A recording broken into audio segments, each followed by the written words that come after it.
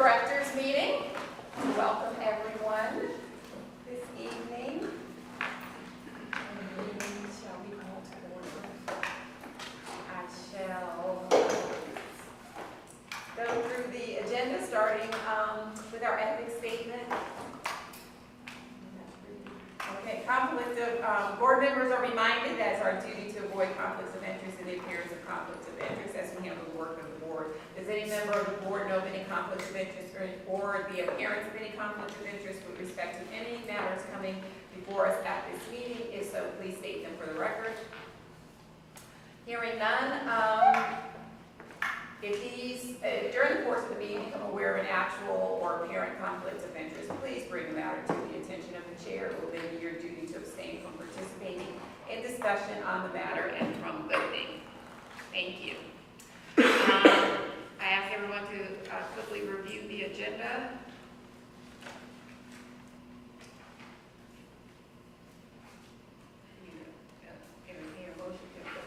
I'll make a motion that we accept the agenda as presented.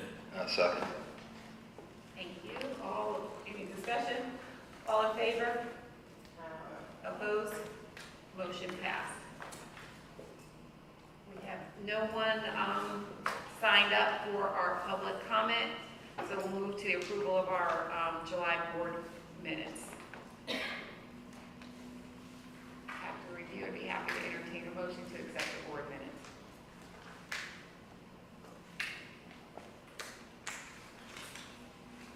I'd just like to say I like the times up here.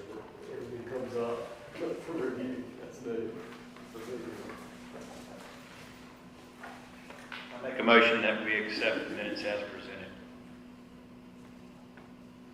Second. Any questions or comments? All in favor? Opposed? Motion passed.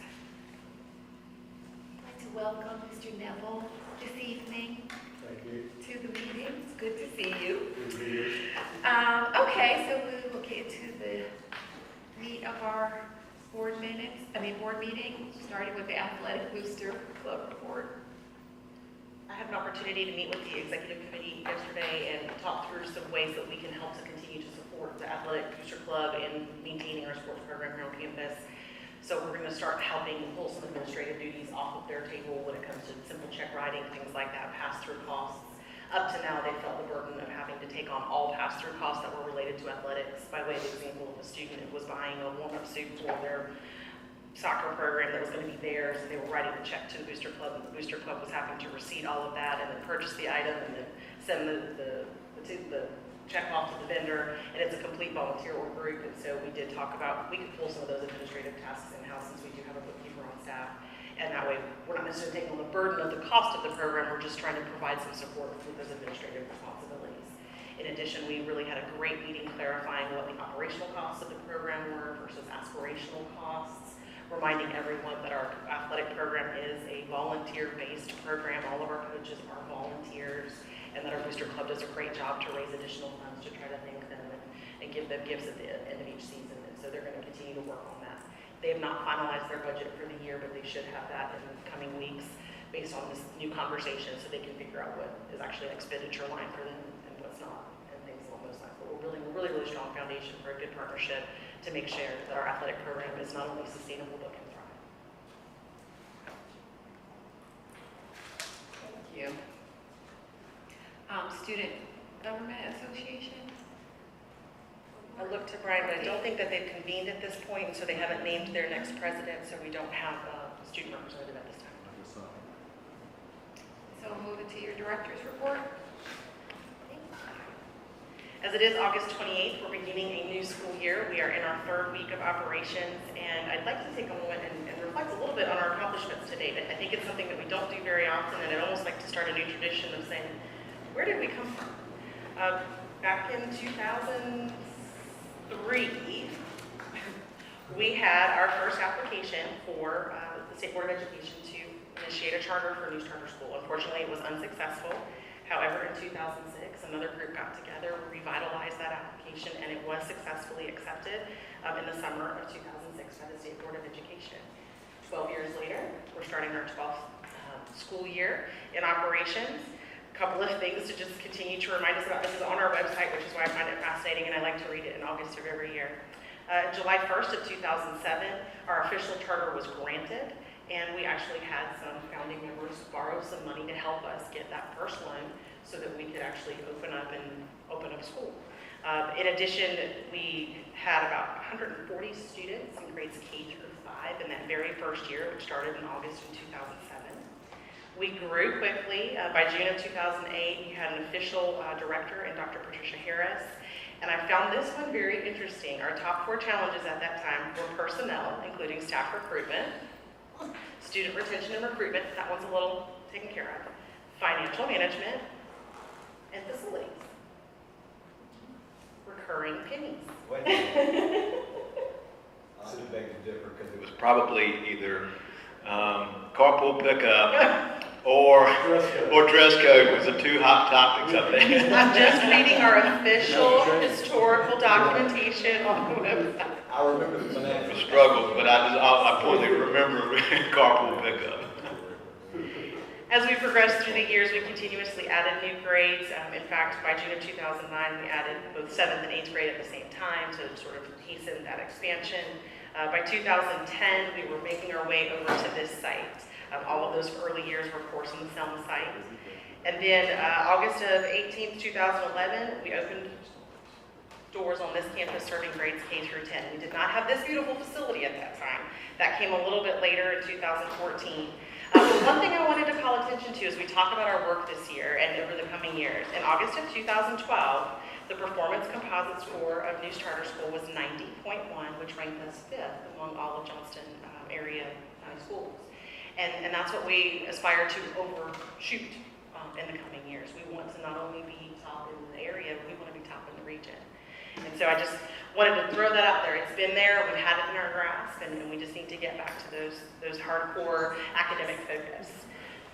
But again, in 2014, we had our first year in this high school building, so for a 5-year-old building, she's doing pretty well.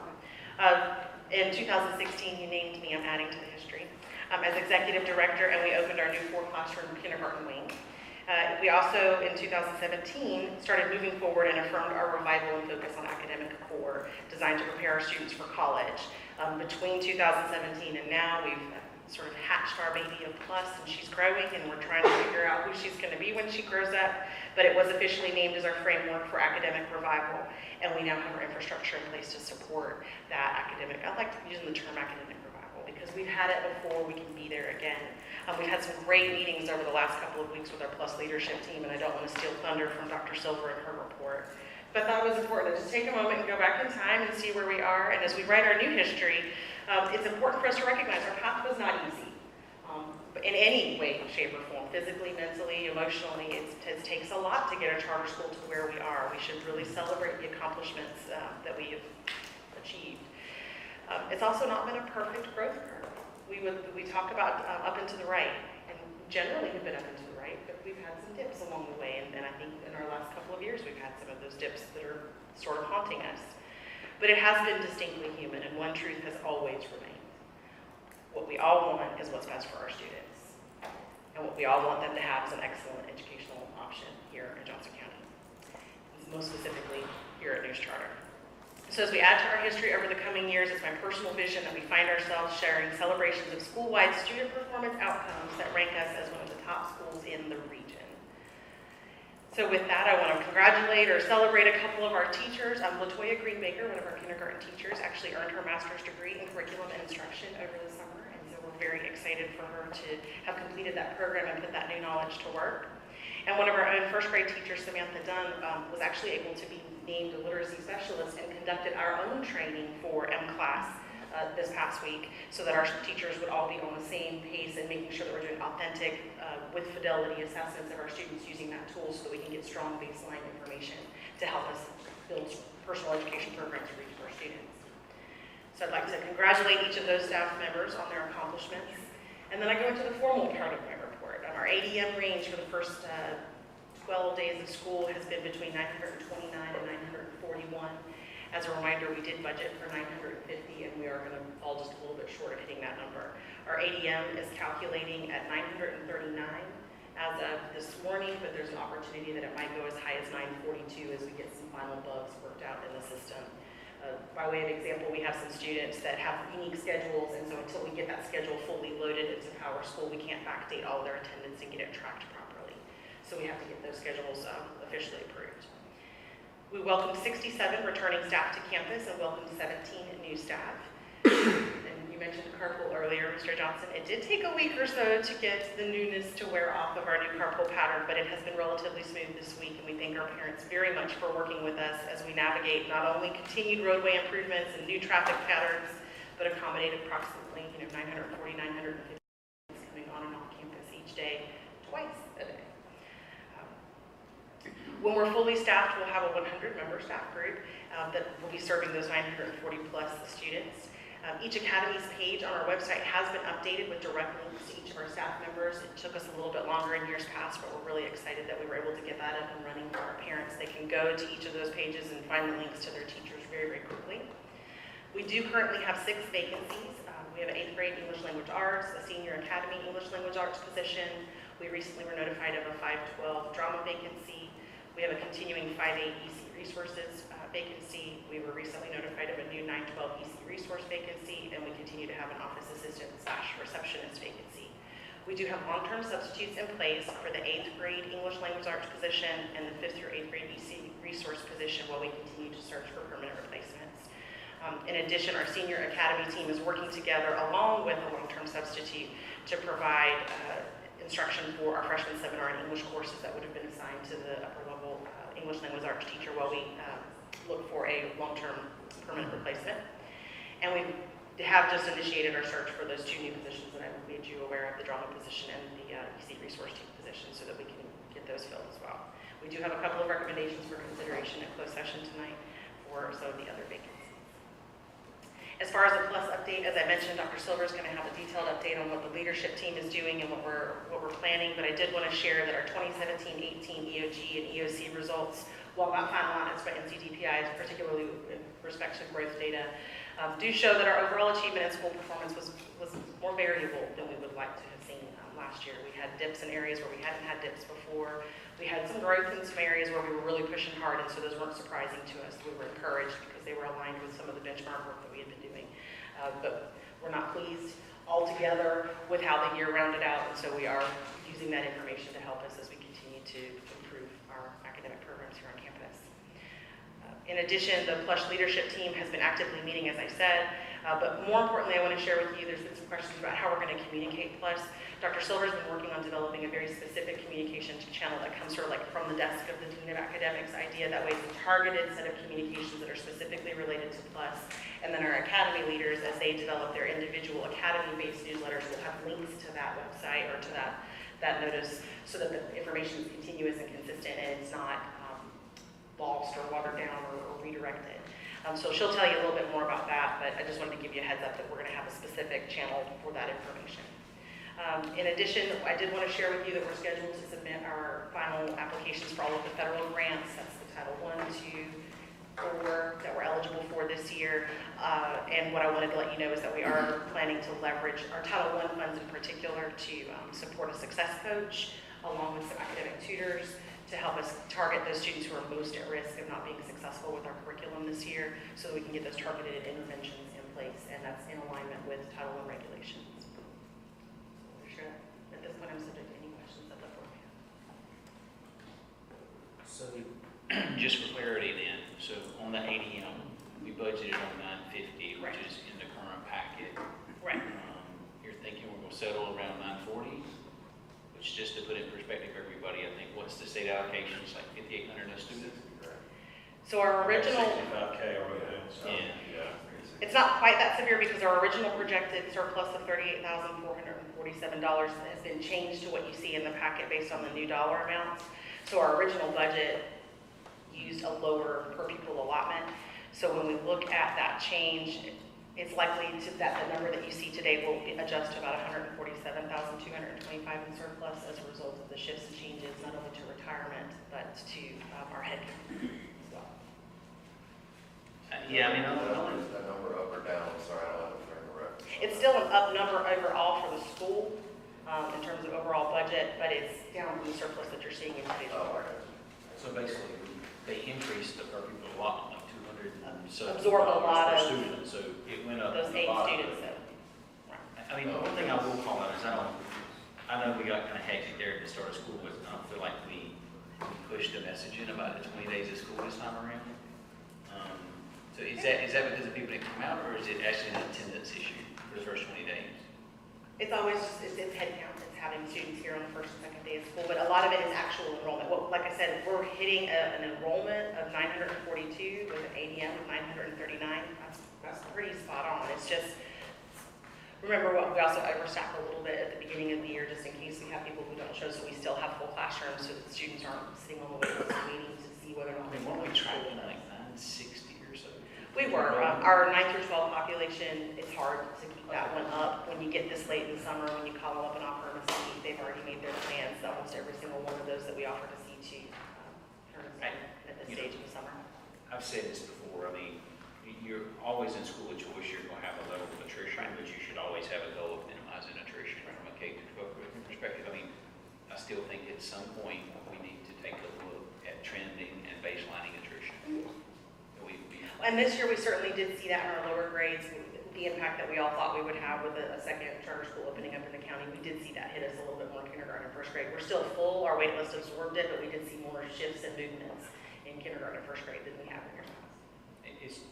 It's just a really important trend line I think the board should look at as we move forward for attrition and the reason behind it. Thank you.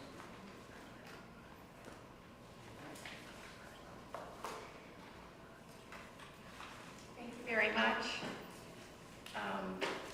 So did I miss a little bit of the consent agenda in terms of, as related to this agenda? It is what it is. Okay. So we have, I believe since you approved the agenda as a whole, the consent agenda has already been approved. It's my understanding, Robert Rules of Order, that that's how it would work. You'd like to waive that, you could certainly take that item and ask to have items taken out of the consent agenda and speak about them separately versus voting on it. Or we're just approving the content. Yeah. Consent. So for today's meeting, if you'd like to look at that as its own Yeah, I item, think- and then ask if anybody wants to call anything out before you approve it. Somebody can object or something. Yeah, I think just for clarity, I think we just need to say, we're approving the agenda, and then we need to approve the consent agenda. I think there needs to be a separate, in my opinion, because in that way, it just more clarity. Absolutely. Right, yeah. Right.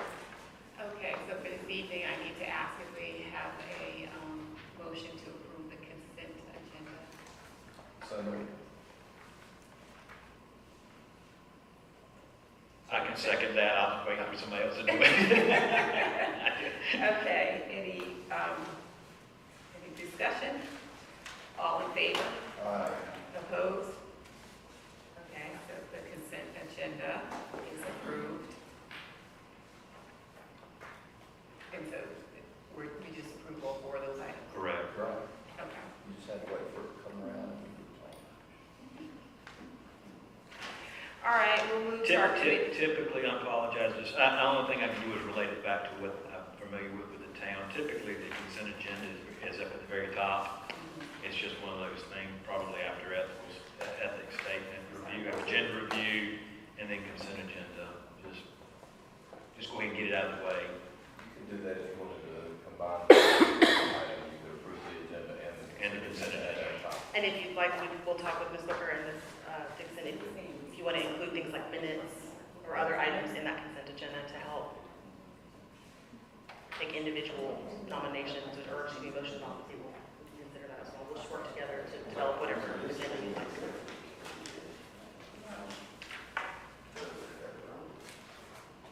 Are you, so is this, okay, this is probably what you were discussing, so I apologize, but, was the assumption that, that these were approved by executive committee? Actually, All 4 of these items were approved by executive committee, and I was using previous guidance that if it was approved by executive committee to put it on consent. The personnel those two personnel positions were approved by executive committee? The ones that we discussed at the August 2nd meeting, not the ones for tonight.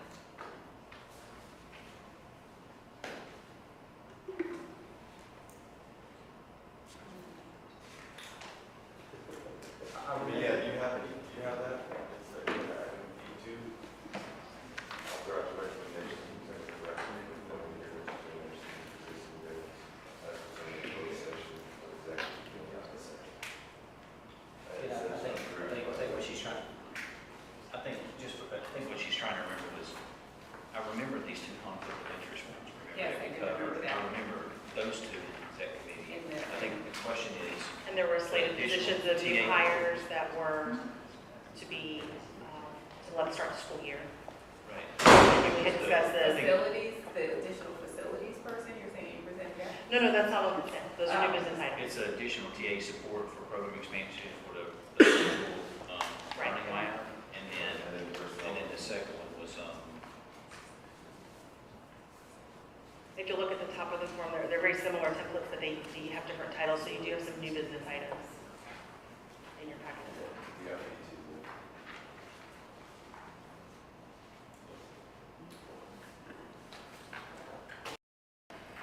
May I just add that I would prefer that when, if it's going to be a consent agenda item that is presented to the executive committee in this fashion, not just talking through it, and then we have documentation at the board meeting.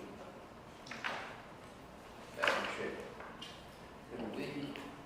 could amongst us, we decide upon a list of what goes on the consent agenda and not, and just clarify that?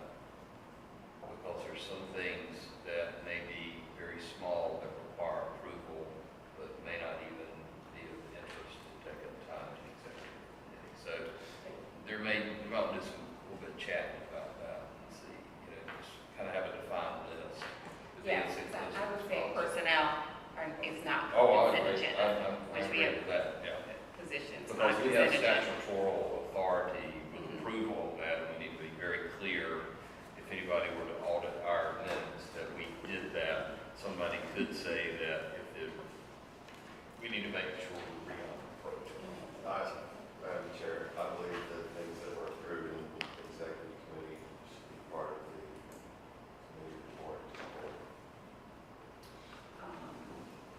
Yes. So, the last executive committee was a webinar. Webinar. Yes.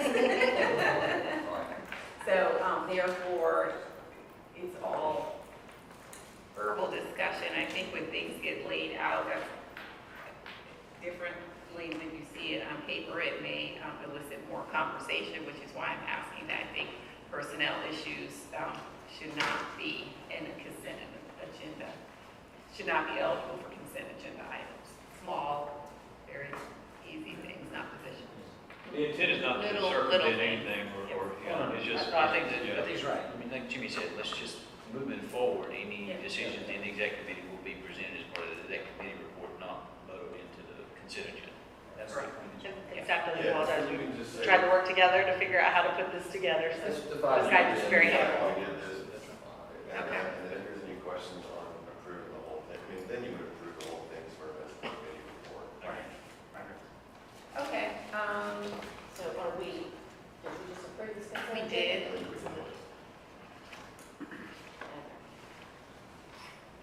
So. Did not vote. Finance committee? So, really no updates on the budget in the packet. The only updates were, we did change in regards to, we updated our per pupil allotment from the previous time. But it's still showing about a $268,000 surplus. We're just getting the school kicked off, so there's no major changes there. That'll have to be done after the first 20 days of school when we get the finalization numbers, and then we'll have to adjust their revenue stream side based on that. So, this early in the year, there's really no changes. I mean, we will say on the finance side that we have talked about it openly, that we are having discussions with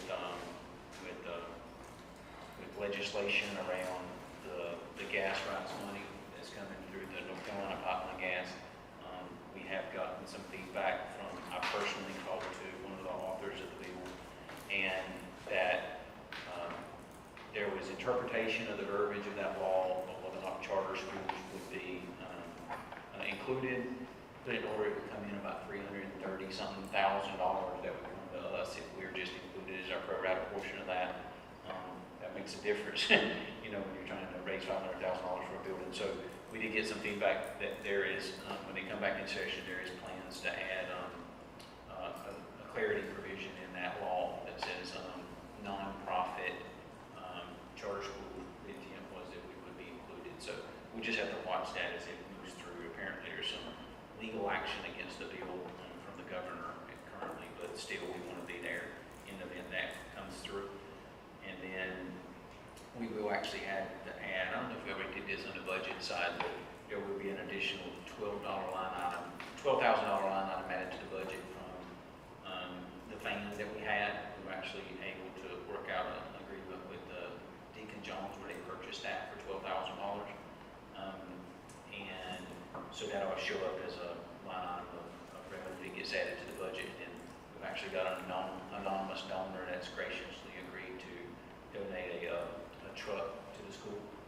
So we went from how many we had used to $12,000 in the bank and a truck donated for our new facilities technician. So just on the finance side, that'll show up as it comes in. In fact, they graciously agreed that if they were to resell a vehicle over $12,000, they would give us 50% more of anything they made. So I thought that was pretty generous.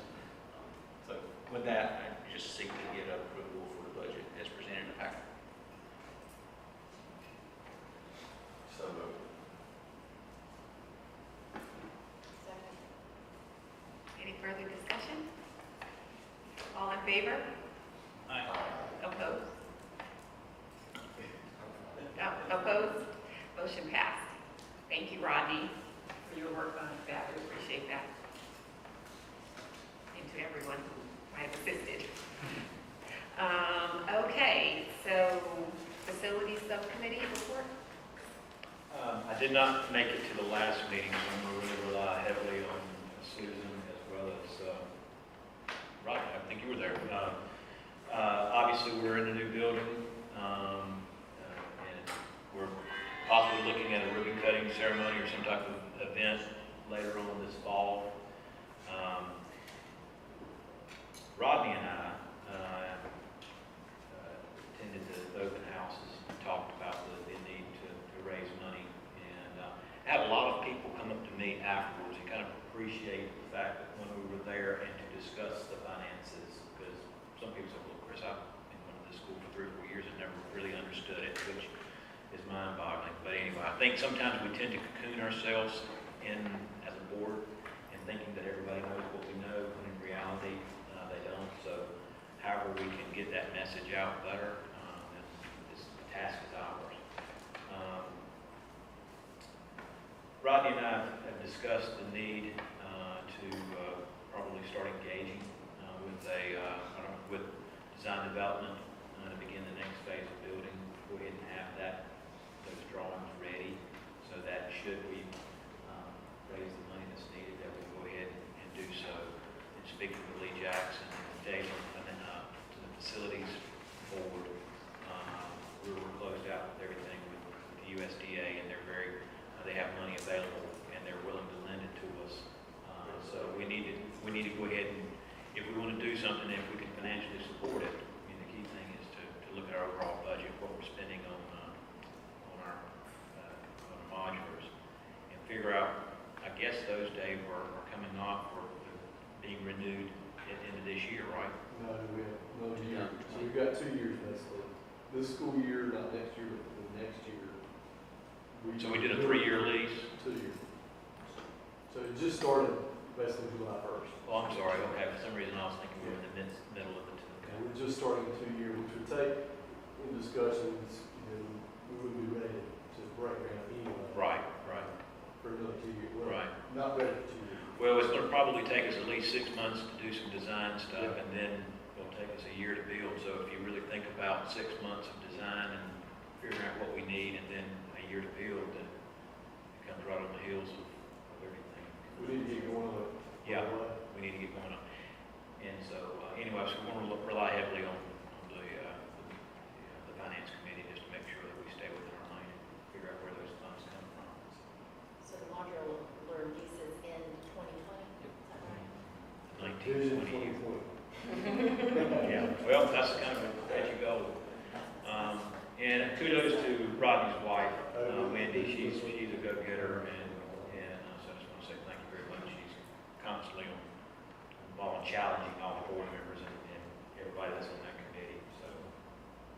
So we did get actually just a note after and every small big counts, right? Even after we done that, I think I had close to $2,000 in PayPal after Chris and I spoke to that small group of people. And so right now, over the Make NCS Great account, there's a little over 13 grand sitting in that account. So And I've received about $1,400 worth through pledge cards coming into the school that I'm aware of at this point. So we'll continue putting that message out to keep turning those in.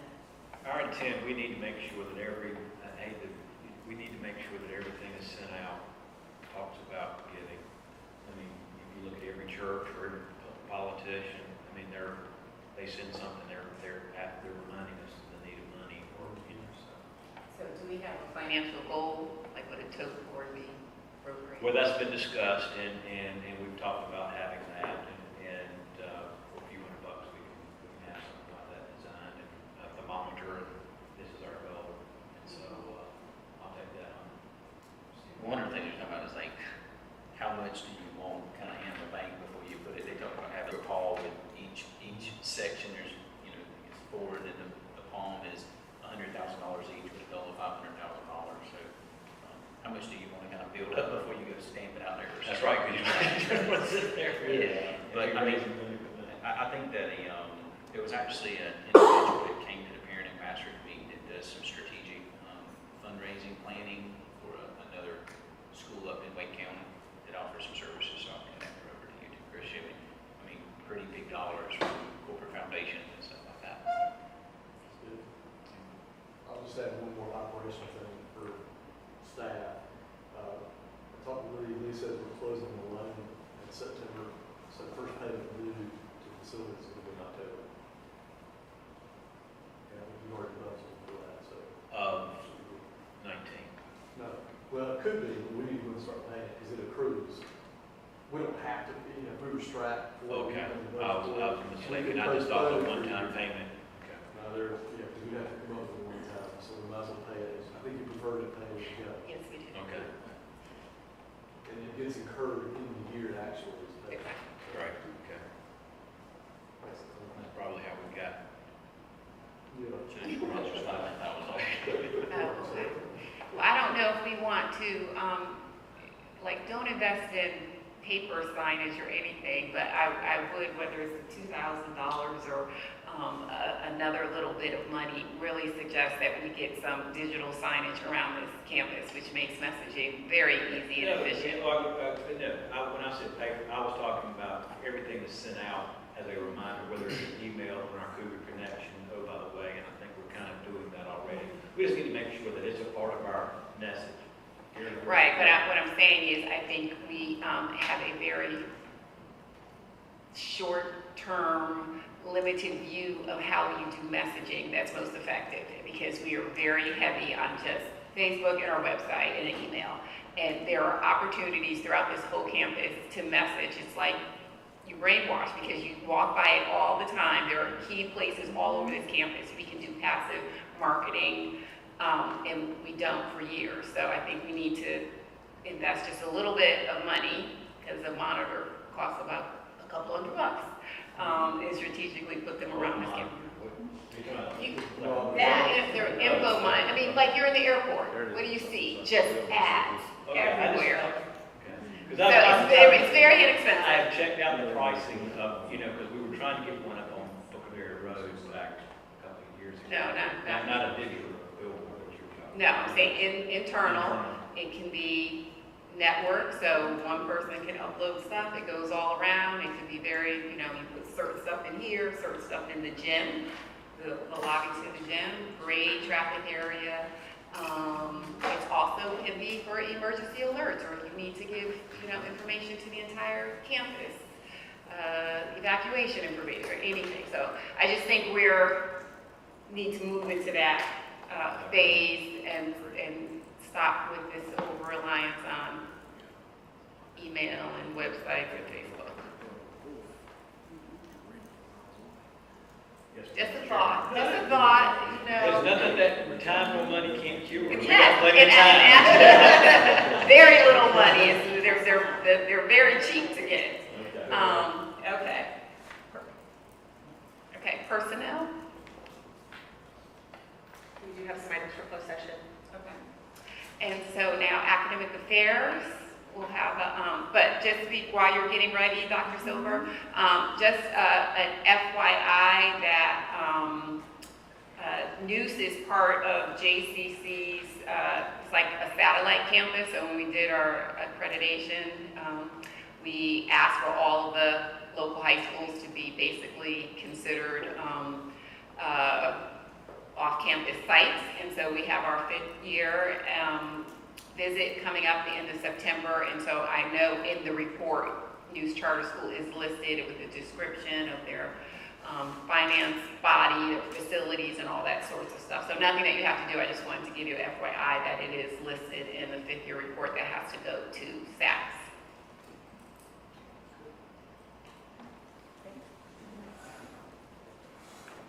Good evening.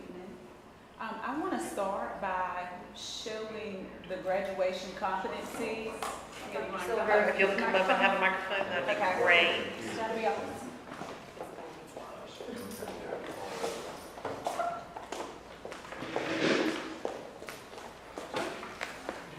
Janice, I think better if you come, rather than bring the microphone back to you. Is that what we're saying? You stand here? Do a stand or sit You there? said either way. Okay. Or sit there? I got you. You're correct. Like you need your computer? Right. You can drive. Good evening. I thought that we would start with the graduation competencies because this is what the PLUS Committee's work is thrusted upon.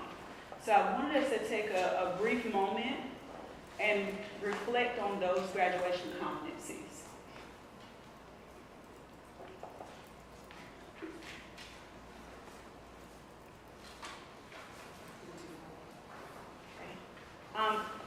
We recently started, I think we've had our 2nd meeting today for our PLUS Committee. Our PLUS Committee is comprised of the following team, and I've got up here meet our team because that's what we are. We're a team. We have representation from all across the school, and the first thing that you notice right away is that we've got 2 representatives from each academy, and there's also a representative from what we like to call the enhancement elective teachers as well, because oftentimes when you do academic redesign initiatives, that subgroup is often left out or overlooked, so we didn't want to do that. And then when we launched PLUS to our staff, we had our kickoff this year, immediate feedback was, you don't have a representative from EC. We need a representative. So now we have representation from our exceptional children's team as well. So those are our team leaders that comprises that body, and we're going to come back and revisit that role shortly. But I want to start with my position, which is our project manager. That will be the capacity that I will serve in. I will steer this committee, and I will probably look crazy and have lots of gray hair when I'm done, but we will hit our projections. So my job is to steer this team and make sure that we stay focused on our timeline, we hit our projections, we collect and analyze this data. Our team leaders are supported. I will give weekly reports to our champion, which is Ms. William. She's serving as our champion. What is the role of a champion? When I come to Ms. William and I say, hey, we hit this barrier, I need you to move it. That's her job, to move that barrier for me or to give me the supports that I'm noticing that we need. So we will always be in communication, and we talk after every meeting and probably before every meeting as well. So there's lots of communication and lots of feedback looping there. You'll also see Dr. Schwartzlander is listed as a team facilitator. Dr. Schwartzlander's role as the team facilitator is to be my backup, to be my helper. She's capturing notes, she's recording everything that's going on. Her and I, we meet up after the meetings to reassess, like, hey, I heard these things, I captured this, let's brainstorm and figure out how we want to tackle it for the next week as well. And if an issue arises where I'm not available, she can easily step in and lead the meeting for that week, and that way the team's work never falls by the wayside. And those are our roles. Our team leaders, they are the meat of the team, basically. They are the ones that are spearheading the work. Every week, they leave our meeting with a task, and they have to have that task accomplished by the time they come back the following week. So there is assignments taking place, there are reports given every single week. Every single week, they have something to work on. On average, they spend about 5 hours per week doing nothing but plus-related work. That's on average. Eventually, as we move closer, and I'm going to talk about the phases soon, but once we get into phase 2 and phase 3, that could potentially turn into maybe 5. It might progress to 8 hours or so. It varies between the phases, and you'll see what I mean when I talk about the phases. Are there any questions so far about our team and our roles? What would you say is the primary charge of the team? The primary charge of the team is to complete their weekly tasks that were outlined when we shared with the Academic Affairs Committee the timeline and their task. So, for example, for the first week, their task was they had to go out, and let me rewind, because each team leader, they work in pairs. So two team leaders are assigned to each competency. That's how they're assigned now. Now, how is that determined? Each team member, they were given a detailed survey. The survey had almost 20 questions. We really probed them to see where their strengths were, where their weaknesses were, which competencies they felt comfortable leading, their interpersonal skills. All of that went into play when we assigned them to which competency we felt that they would do a great job leading and that they had a background for. So there are 2 team leaders assigned to each competency. So their example, you want an example of what they had to do? Just back it up to maybe more of a macro, that at the outcome for this team at the end, because they're not in Academic Affairs Committee meeting, Gotcha. so not the task, but what is the overall charge of the committee? They should produce what? The overall charge of the committee is to first produce performance indicators for each of the competencies, and then select those assessments that will pair with the competencies, and ultimately build the rubrics that will assess those assessments. All right. This is how our work will flow, just to reiterate what I already shared. So we've got our champion sitting at the top giving me direction, and then me as the project manager, I'm giving direction and feedback looping with our team leaders every week. And then our team leaders, does this work fall on them? Are they to do all this work by themselves? No. They are to go out and they select team members. So are their teams static? Not by any means. So their team may consist of 5 completely different teachers from week to week. It just depends upon what the task is and who's best fit for that task. But one thing that remains consistent as to how they select their team members, we do ask them each week, make sure that you have a team member from every academy. Make sure that you have a team member from each content area, so that you are getting a plethora of feedback. Make sure you talk to some students. Make sure you talk to some parents. Make sure you talk to some external stakeholders like local business owners and community partners as well. So it varies upon what the task is, but they're always talking to multiple, both external and internal stakeholders. Any questions? So how are you, if you've got these different teams and it almost seems like it's an ad hoc type of approach, how are you tracking them? Because you could have different people in different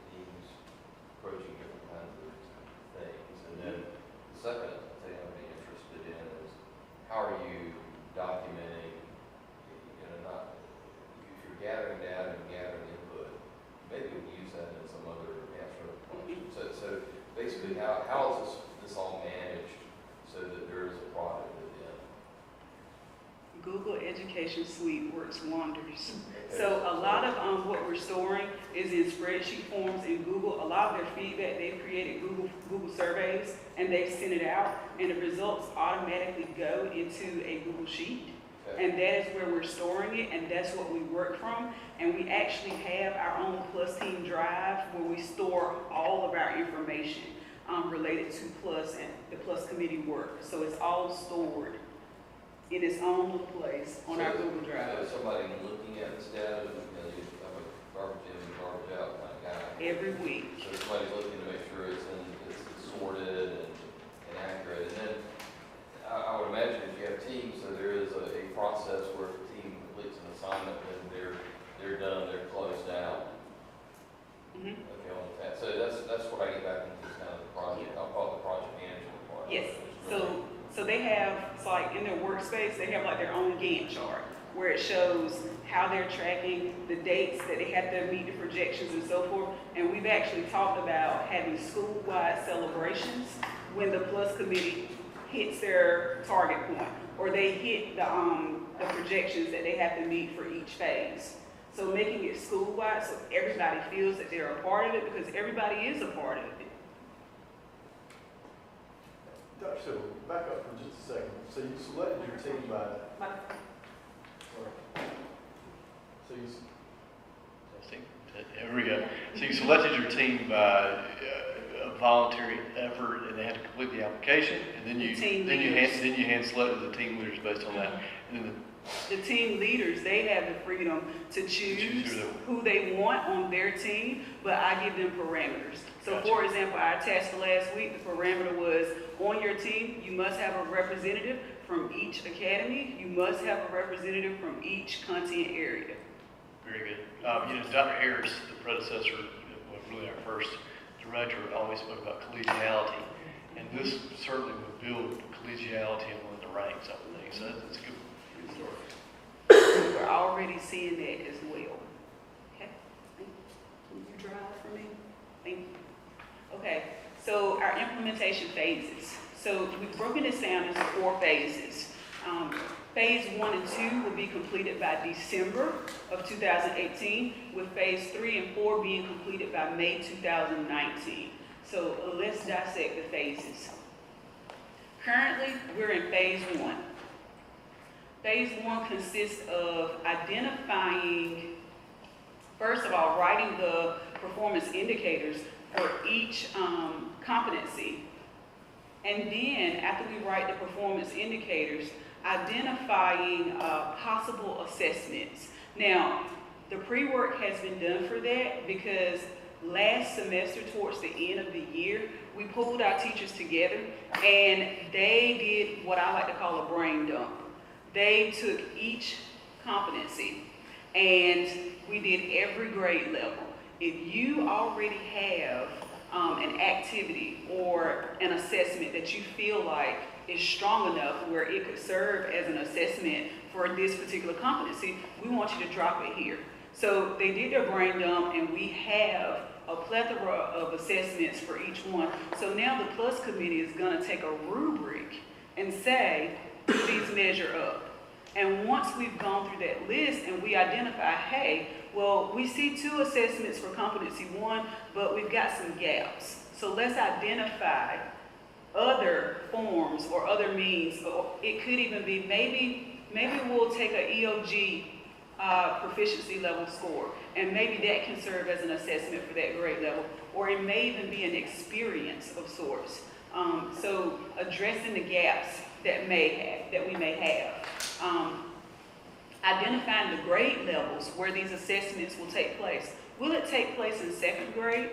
Will it take place in 4th grade? What grade level will it take place in? And that's what we mean by locations identified. So all of that will be done in phase 1. Phase 1 is slated to be completed by the end of October. Yes? Dr. Silvers, can you give me a real kind of concrete example of that, indicator and then a possible assessment, Okay. just. So a performance indicator is where we're taking the feedback, the teacher said, hey, with this particular competency, we think it needs to have something to do with the children being able to collect and analyze data. So when I write my performance indicator, that is going to be the statement. The student will blank, okay? So within that blank, I'm going to start off with a verb. What is the student going to do? Then I'm going to go to the object. So it could be they're going to evaluate a Gantt chart. And then I go on to the outcome. What is the expected outcome? They're going to evaluate the Gantt chart to demonstrate proficiency in, and then I finish with, help me out, what's on that chart? On my, I lost the train of thought. Yeah, I've been rolling. Yeah, I had like 700 of them. But that's where we're getting at. Taking that statement and making sure that it's measurable. We're telling what the student will do. What is the actual task that we're going to measure their competency? Does that make sense now? It does, but I was hoping, and it may be too early for you to identify. I'll give you An example. So I can't give an you an example example. is, so the 4 competencies are what we're moving towards. In order for us to build a 12th grader who walks across the stage who is able to do all these things, you need to start doing things in kindergarten. So if the first competency is communicate effectively to a variety of audiences through written and spoken word, teachers are looking for assessments. Obviously, they're not going to write a paper, but can your kindergartner,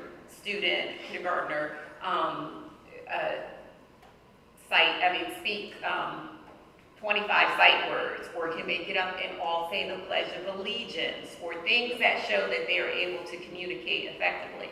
So it's not, and hopefully this is what we understand, when you do a school-wide competency, that your assessments have to be standardized. So it can't be every kindergarten class coming up with their own assessments of how they think that. It has to be everyone agreeing, okay, our kindergarten assessment for this particular competency will be everybody has to stand up and say the Pledge of Allegiance. And then there's a rubric to say they were able to do these things. Could I hear them clearly? Was it audible? Blah, blah, blah.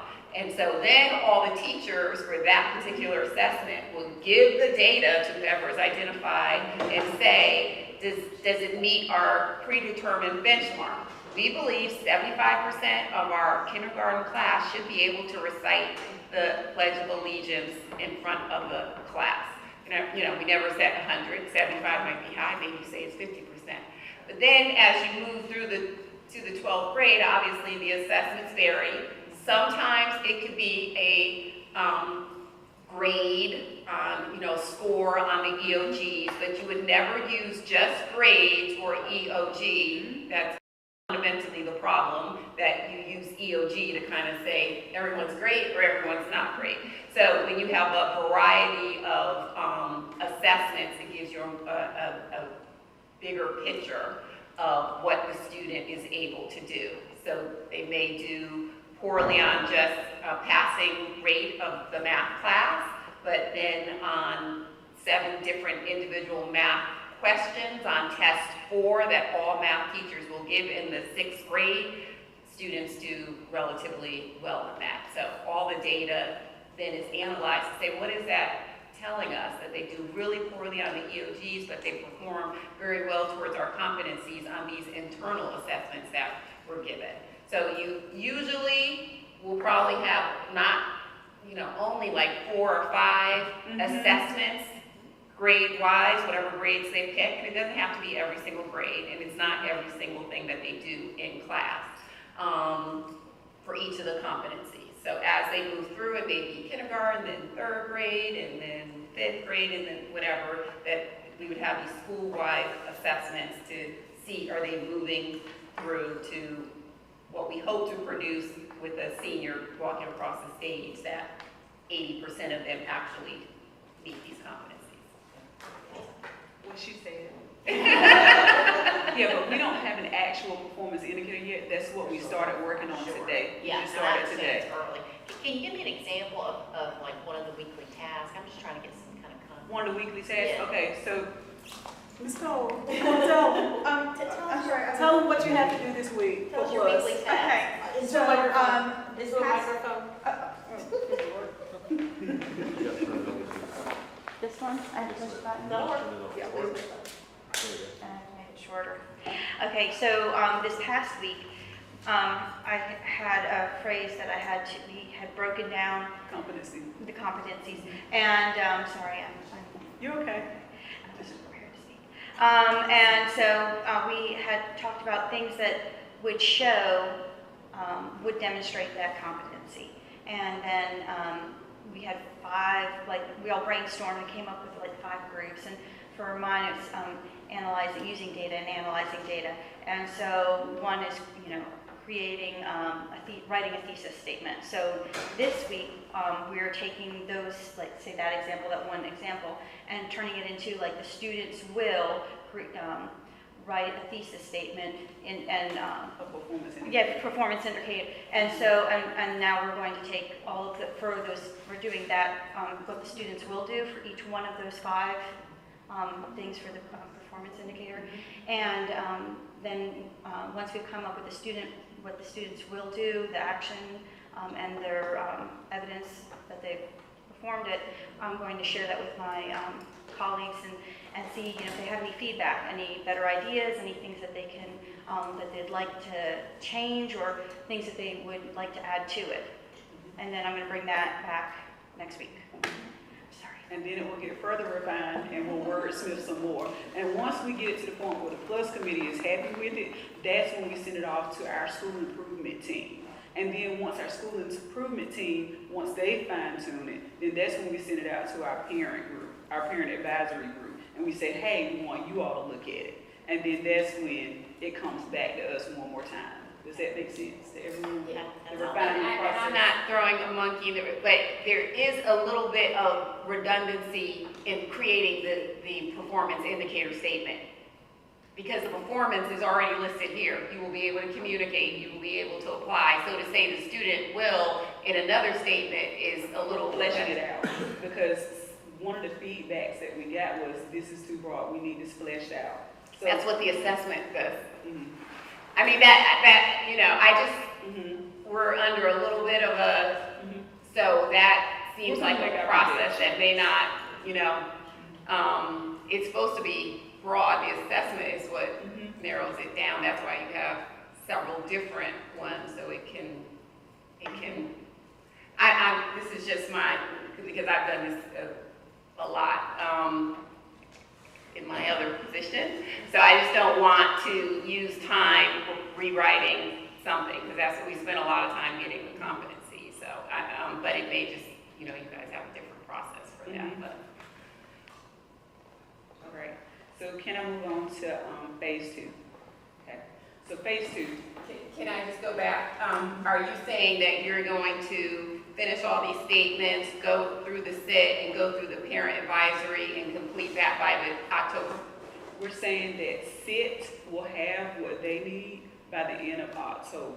So the major drafts will be done, SIT will have what they need, and more than likely, the Parent Advisory Committee, they would have gotten it as well. It just depends upon when our SIT meetings are gonna fall, and they've only met one time, so they're still trying to decide what their date is gonna be.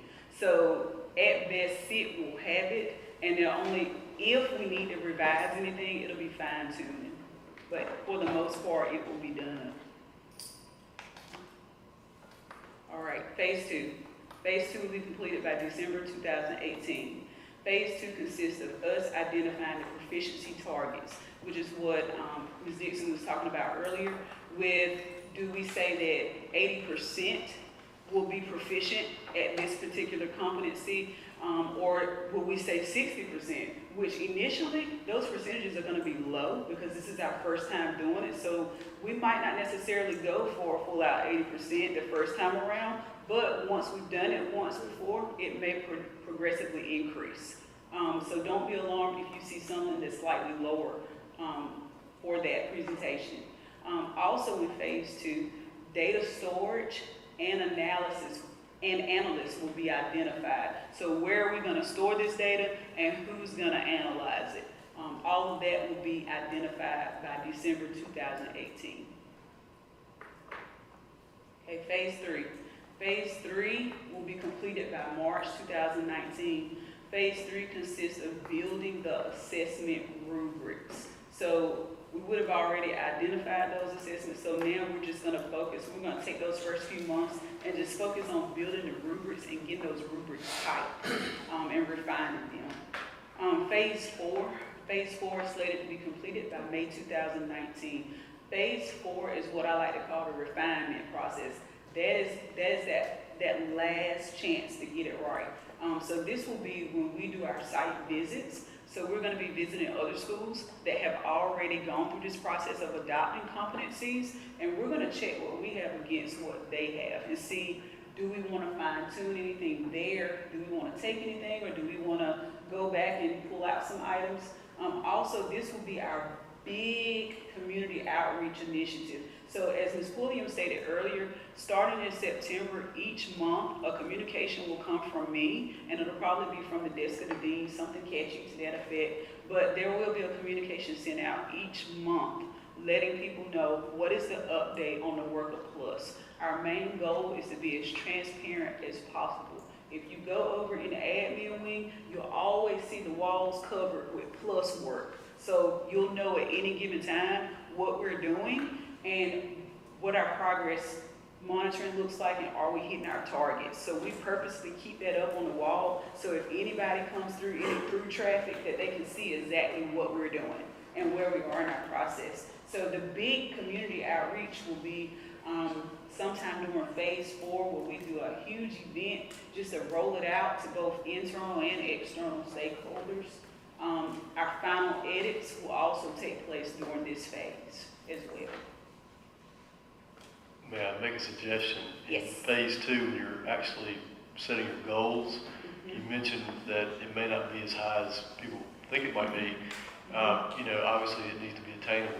So maybe set an attainable goal, then set your stretch goal, have a double goal, so that you've got something, okay, we really want to be here, but, so you have a chance to really succeed at that level. Thank you.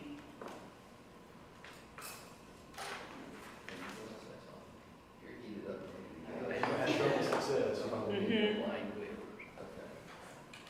So a couple things. One, you're under, phase 4. You might want to know that's a peer review. That's what you're really doing as far as your site visit. So, site visit, almost a site visit, seems to me that may be what you get some input on before you get into the process. That gets into what's a more peer review. And then the other piece I'm wondering about is there any method of a dashboard or being able to pull some of this together where there's a certain amount of this that's online and available, not front page online, but something where somebody can go in and ping a site and basically be able to see this is where we're at, called it before, tastes great, that's filling, deal, and exactly what the calories are. So there will be. Okay. So Google can do that. Plus site. Okay. You didn't mention, Janice, first of all, thank you very much for reviewing everything. We've had obviously a lot of discussion and back and forth, as you can tell, Janice, sometimes.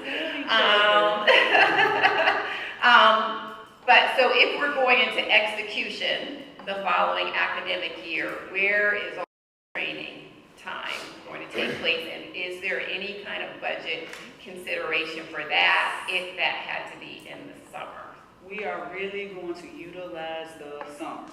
That is the game plan. The summer will be full of PD, and we have started trying to crunch the numbers to see what that is going to look like and the amount of manpower needed for that.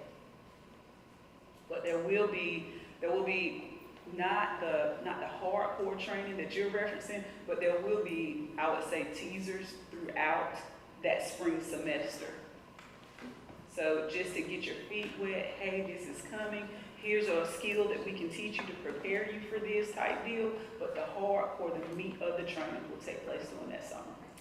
And when will basically implementation calendar, because a lot of this with cycles of improvement is very calendar dependent, because it doesn't help anyone if all your data comes in after you start a new academic year and you can't change anything for your classes. So is that something that we could look at for the spring so that they can start to wrap their heads around their basically workload for the upcoming year, and even planning of, because you generally don't assess somebody communicating effectively. So we're not going to ask the little kindergarten students day one to do that because we haven't taught them yet.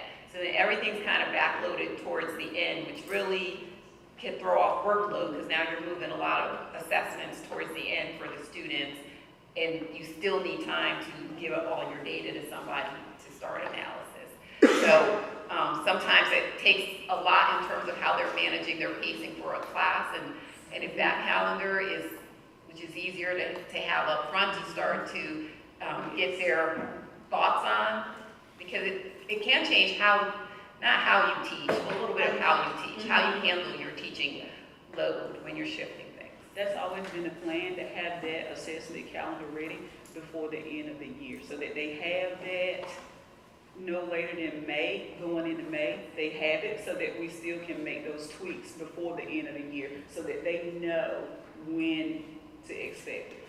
I'm just, I guess I just worry based on the comment from a person, a teacher here, who basically was like, it's, you know, she didn't say this, but it was read by it was interpreted that way, like, this is summer, so I have no idea, I haven't even started all that. So we don't want to make the assumption, just because we give it in May, that somebody's going to be working on something all summer, because they generally don't. My faculty don't. I mean, they come in and then they try. That may not leave us a lot of time to have them. So we can put in some training of things that we can finish earlier on. I think that would be very, very helpful. Yeah. As her champion, I heard that. Okay. A couple of things for me. So one, just kind of like tactical execution point. When you move through the phases, you really only have one shot about success to get ready for next year. And it always scares me when you do peer assessments and customer evaluation for market fit. This is in traditional like development methodology, they call this a waterfall. You kind of wait to the end to validate what you've got is right, and you have 0 time for correction before you go to market. So when you talk about site visits conducted and CUNY outreach and final edits, I hope that through the process you are doing these things, because Yes. I promise you, just not forget training. You won't go in the implementation phase if you find out in phase 4 you've got a design flaw in the system. So just make sure we're getting feedback along the way is one. And the second thing is, I'm struggling to connect something with, and I want to be clear, right? When we ask about what is the purpose of PLUS and we're communicating to stakeholders, right? If PLUS is wildly successful, it's easy for us to say our students will be able to have these competencies, right? But when we talk about the metrics of measuring school performance, which we've openly talked about, right? We've agreed as a board that we're going to tie those to the statewide school assessment. If we do this well in 2 years, will we be back to 90% proficiency and be an A-rated school? I think we can answer that. I guess it depends on how do you define well.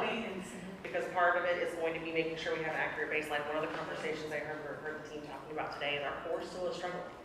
And we still have a lot of work to do on our core instruction. And we're admitting it in open forums, which is good. And while we continue to push the envelope here. So if we're saying that well means I set a target of 50% with a stretch goal of 70% and I hit 50%, then we've done it well, but have we prepared our students to hit a 90% rate in 2 years' time? So No. No, I'm gonna answer correctly, that for you. right, the correct answer is no. So we'll have a better continuous improvement. What you Correct. want is always to be moving Right. towards your goal. Right. So So the if vision, after yes, 2 is to years be- we have not moved on anything, then that's the Now, problem. should you have growth? Yes, you should have growth, but I can't And move- sit here and answer you that we'll hit that 90% and be that A. But will we grow? In hindsight, yes, we should grow. do it. If you put that kind of We should grow. notion in the air. This is what happens. You get teachers who create assessments that are easier to reach. And then it looks like, oh, we're doing really great. They'll be scared to stretch because they're like, oh, they expect us in 2 years to hit the mark.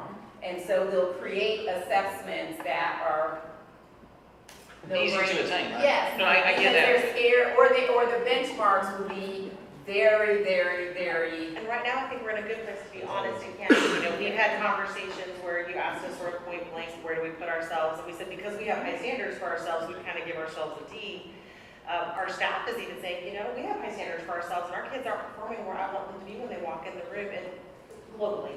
So we want to do some things to make sure that those foundations are built back up. So we are all, like I said in my opening statement, wanting what's best for our kids, and we're now rolling up our sleeves and we're doing what we've got to do. We're not putting our head in the sand. Yes, so I understand that perspective. I'm just putting it out there on the table. I know it's a bit uncomfortable for some people, but the reason I ask the question is because if you do your assessments, whether we like it or not, go look at ditch.com, go look at all the comparisons of school within the state, the ranking systems, right? It is what it is in the system, right? So we can agree or disagree, but the reality is the state rankings of school for a school of choice, almost 95% all determination is made based on those rankings. So I'm just trying to understand, as you do your assessments, as you do your plus things, do we know that will translate into those things that the state is considering for the state ranking? I mean, it's a basic question, because if the answer, we can have the best students that walk out of here all we want to, right? Everybody can feel 100%, but it's outside world saying for everybody. We had just for clarity, right, is to link it back. We as a board said that performance ranking will be based on that statewide grade assessment.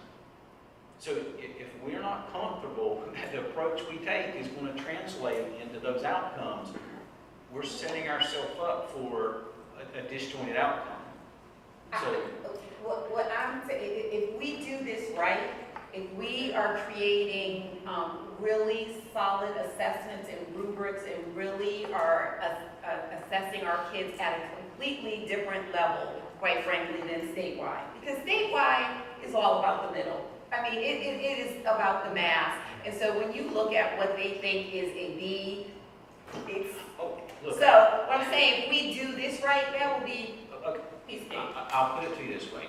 I trust and verify I've heard that story before. Yeah, but you said that, and Dr. Silver didn't say that. You know what I'm saying? If we do our initiative extremely well, we should excel in those things. But yet nobody can guarantee that happens, right? That is a concern. Right? So we need to understand at least how that system is assessing the students and the things we do. How will they impact that? And I don't feel like we have that. And you're not going to see a guarantee. I see kids who are number one in the class flunk out their first semester of college. So there's no guarantee for that. I think what we want to see is some movement and progress that will get us there. 2 years, I just throw that out there, the fire for effect on the timing. My point is, it is the correlation between what we do and how those state assessments are done. Because, I mean, I just say it over and over, the reality if I could address that's this. how the comparisons are done. When we talk about our analysis, that's essentially what we have to do is do these internal assessments that we're doing that are giving us good feedback about our students match what external assessments are telling us. We have other external assessments like ACTs, SATs, AP exams, interviews, admissions to college. There's all kinds of other things out there that tell us whether or not what we're doing in here is preparing our students. So that's part of what we have to do in the analysis is determine if what we've done is correlating to those other success outcomes.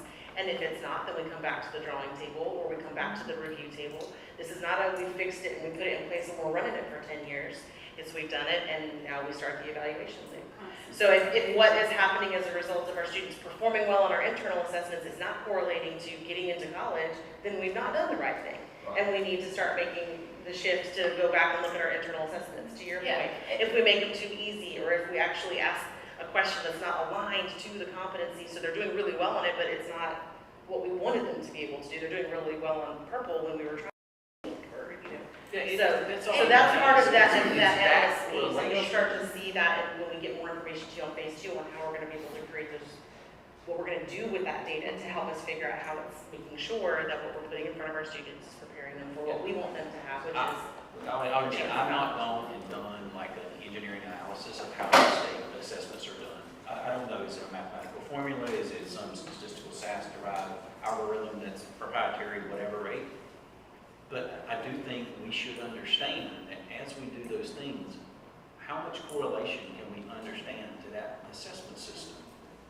What correlations can we make? Because we can go over here and do all these things and they're great, and they don't translate to changes over there. And in reality, for the charter to be renewed, we have to be north of 60% proficiency. Right? I mean, that's the charter rules. So I just want to make sure that we remember, I mean, we as a board said we are tying performance bonus related data to the growth based on that measurement infrastructure. So we all want to be Now, let's successful. clarify, I said that for the first year because it's no data, and then over time, we would figure out what assessments are truly authentically. So I do want to say that we did that just for year one to transition into the system, but if we think that these assessments over time start to give us better information, we'll have more data elements to look at. We're certainly a more complete picture. Well, do we have to reinvent the wheel? It seems like there's a lot of work that goes into this, and to Rodney and Dawn's point, if the correlation, can we test what you're doing against proven results with other data out there to say, okay, we're on the right track, instead of us doing creating all this. I mean, there's a lot of work on the teachers and the teams and all the stuff, and you and the staff, but we don't need to be spinning our wheels, obviously, if there's other research that we can plug into. Well, the other thing is that the benefit of using the internal assessments is we can go back to previous years' performance on those assessments. If we say that this assessment that we're already doing is actually on the Right. mark for this, we can go see, was that actually correlated, when the students performed well on that, did they have a correlationally positive response to other types of assessments? And if they didn't, then we can look at that assessment and see, perhaps not this one. Sure, but I think Rodney's point is, year one, we don't have any data. So the year one, we want to try to come out with put our best foot forward, which comes from other data, from maybe other schools, maybe other metrics that the research is out there. And I'm not an educator, so I don't know, but that's what I think. Rodney says that, hey, and Dawn too. Let's don't do all this work, to reinvent the wheel. Let's make sure we've got some proven metrics in there so that we can ensure the best results possible. Well, I mean, she's making a point, and she's right, that if you come up with a new methodology to assess progress, and you start from scratch, and it's almost impossible to retroactively correlate it to previous assessment data, right? So there's that angle of having, even if you start here, you can go back and look at this work. There's also the other side that this can't be the first time it's been done. Right? I mean, clearly there's got to be other institutions that have already gone through this. We're not that leading edge yet. So I hope that they're taking that into consideration, and that, because this is a year's worth of work. Right? I think we should do it anywhere we can accelerate it by reusing, or don't reinvent the wheel. That's innovators' number one item is that we should look at that assessments. Well, just so I'm clear, and I want to, maybe this will help someone else. The integrate tests are an assessment based on the North Carolina Senior Courses Study, correct? And we are still following that. And then our graduation competencies are something we decided that that's what we want next charter students to look like, correct? So that's layered on top of the North Carolina Senior Courses Study. So we're not abandoning those metrics. And so those are still layered on top. So it's not like we're starting over. We're adding something to, is that? And some of those metrics may be used as part of the assessment plan. We can use existing things out there, GPA or grade distribution for a class. All of those can be used if the group decides that's what they want to look at. It doesn't have to be all brand newly created assessments, which is their brain dump. They already have some things they're doing. The problem is that everybody does something different. And so if you're assessing the health of the school, you have to look at like EOG, where everyone gets tested in grade 3. We don't really have something where everyone, as far as I know, you know, Miss Molly over here can do this, and someone else has her favorite test over here. So if you want to look at how they're doing on a particular thing, you have to include some kind of standardized assessment that they all use to say, all third graders look great on this X, Y, Z. And so, I think when you overall look at the assessment plan, you want to have things coming from different angles so that you have different perspectives truly on how the student's doing against the competency. And one last question I had was, when you pick the team staff, you know, in the team stuff, we had approved, just for clarity, we had approved like the pay scale for the PLUS initiative. So does that apply to everybody that's on the page? Just the faculty members. Just the team members, just the team Leaders. Those of us in administration, it's an assumed part of our daily responsibility, so no, there's nothing The additional 18 for us. leaders. And there was a specific mention to, like, there would be an observation around like EC, like students who are there. We had approved 8 slots, and so that was what we just told the 8 slots. Is there anything specifically we're taking in the voice of gifted students and parents? Gifted parents. How about this giving parents? We like to think that we all talk about our. I had to pause. But I will tell you that currently, no. However, I will be attending a charter school meeting next week in reference to how to start an AIG program and what all goes into that. So that is, I've already registered to go there for next week, and I'll report out my findings to the academic affairs meeting. But there are team members who have that type, similar versions of that training, and that's part of why they were chosen, because they do have that expertise in terms of brain science and those types of things, but we don't have an authentic AIG program on campus, so there wouldn't be a representative to choose from.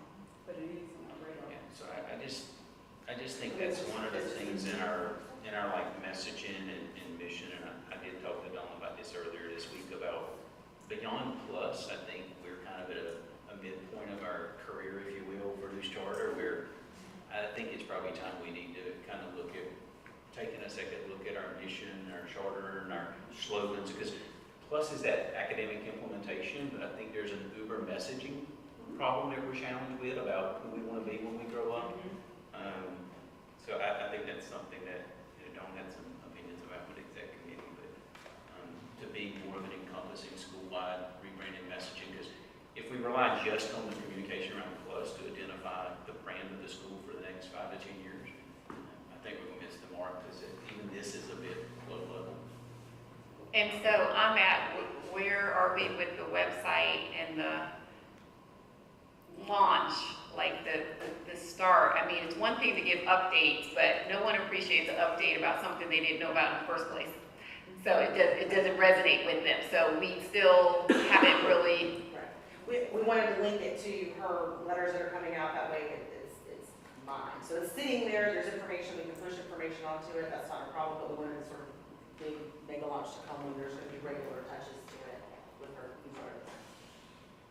Okay, so that means it's a when? September. At the end of September. It'll come at the end of each month. Can we, we'll do a teaser at the beginning of September. Yeah, we can do a Get it going teaser, into it. but the newsletter will come at the end of each month, because we need to be able to get our work in so that we have something to update you about. No, you don't. You need to Okay. introduce PLUS to Yeah. people who are hearing it here or there, but nobody has said anything nor created. It's like I said, it's hard to appreciate an update when you didn't know what the program was in the first place. So we need to introduce the program, in my mind, and then give updates on the progress of the program. But you're giving an update before we even. I mean, as far as I know, we haven't done that mega, which was going to be the launch of the website. This is PLUS. This is how do we get here? All the work you've already done on the website, but that hasn't seemed to have gone live. And then with our curriculum that we're going to have next week, we're going to have specific time in each of those meetings to talk about PLUS, and so that'll be a physical launch point, so we'll time the other electronic versions of the launch to next week's meeting. All right. Any other comments? So, just got one thing to That's say. fine. So if our kids today always think about the ones that are here, the ones that are coming to, but the ones that are here. If our kids today stepped out of a program and went, say, 8th graders going into 9th grade, or 9th, 10th, going into another schools, and they were trying to get into the AIG programs and all.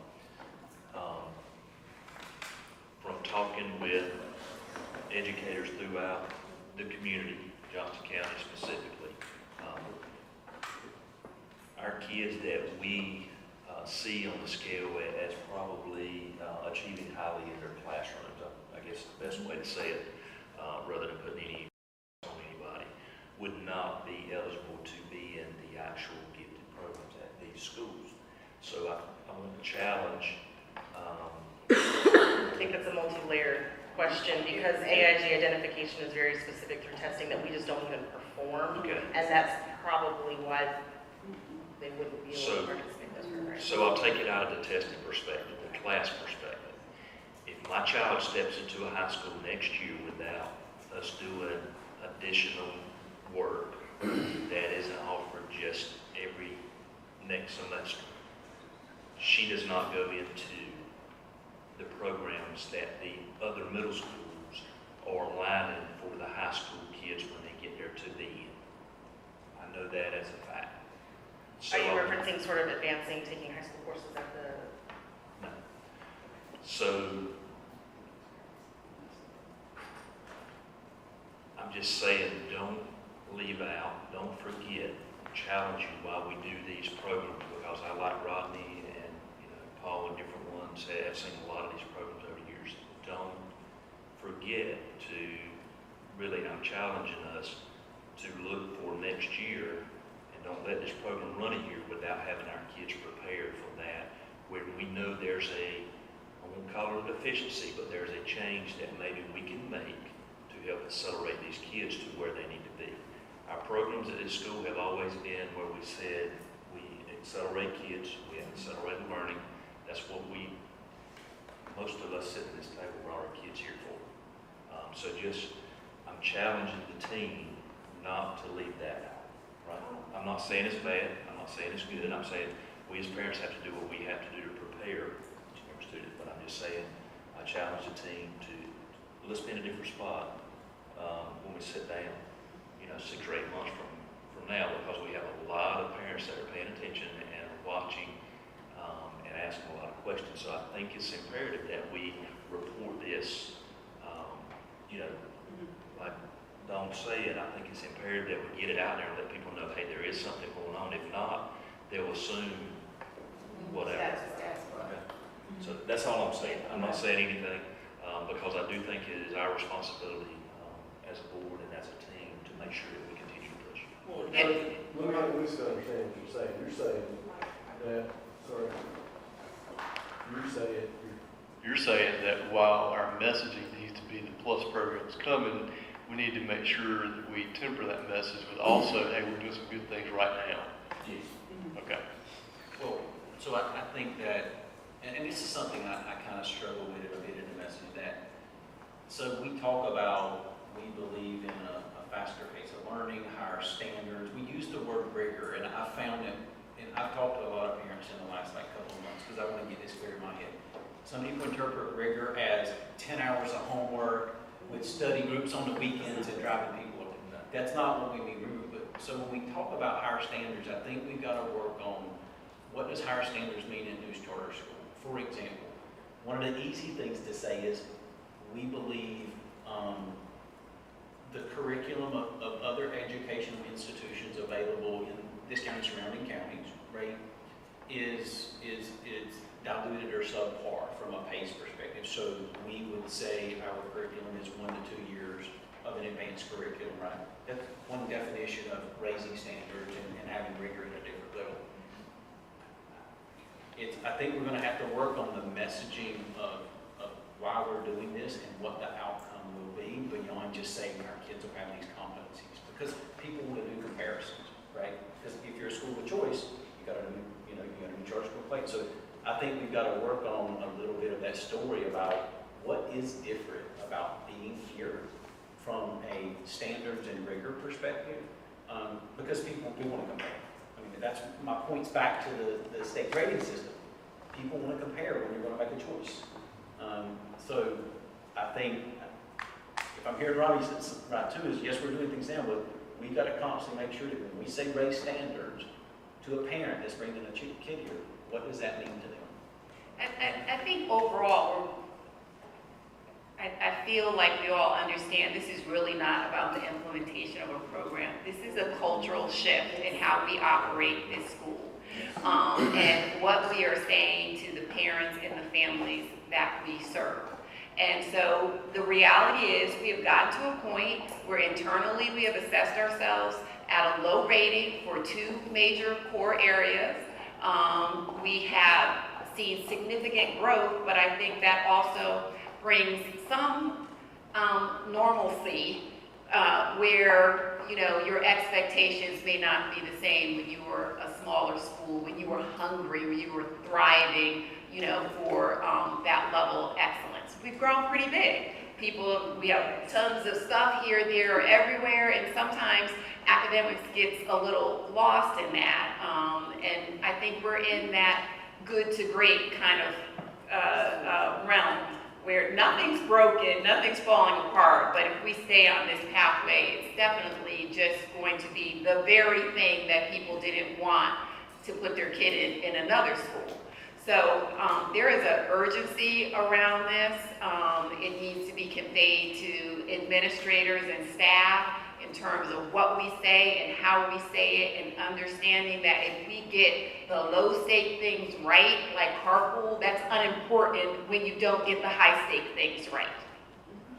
And so I, you know, have really, and it's probably been a little pressure on the Academic Affairs Committee in terms of pushing them to help them understand that excellence should be expected out of everyone, not just our students, but our teachers and our board, and that's our role here. And so, you know, I think everyone is saying in their different way, but we've got to move the bar. And the climb to the top leaves you bloody and exhausted and tired, and there are sacrifices, and it's hard work to be done when you can obviously choose to stay at level 1 and have a good life. But everyone at this table is saying that we're trying to get to the top. And so we need to ensure that all of the folks that have to do that understand that this is going to be a hard climb. And so it's going to be change, it's going to be different, it's going to be, you know, operating in a way they haven't had to operate before, but that is what our students deserve. And I think hopefully that we are all ready to start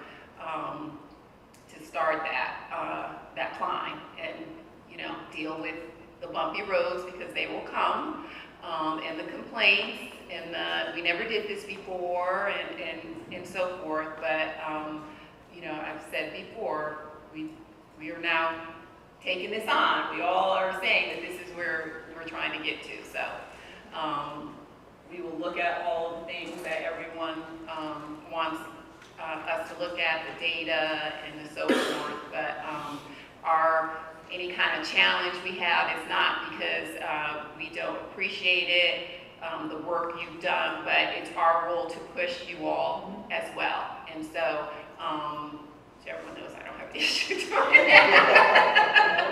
But the way things are done is not, and I told Susan, and we've had some very frank conversation, that these comments, like Robbie is saying, this concern is growing, and it's not a trickle, it's becoming a steady stream, and we need to get ahead of that, because that is the kind of institution I fully believe that we can get to, the kind of institution we all aspire to. But you know, we're going to have to get it right every single time now. We can't leave things behind. We can't wait. Time frames are going to have to be, you know, sped up. People are going to have to, you know, work to make sure that we get it right for our students. So I mean to get on a little pedestal, but I feel like, you know, we need to get out there, and as a champion, and we are certainly your champion, Susan, and backing you up on stuff. But I know this kind of shift is going to be difficult for a school, quite frankly. And so It's going to be difficult for you as administrators as we task you with things, and I feel like you're ready, but you're going to have some courageous conversations, and there's just going to have to be some mandates, because quite frankly, everything can't be done by consensus. So, and that's where we are. I'll just give you an example in support of it. You know, we're close-knit, we're close to a lot of parents, you got kids here.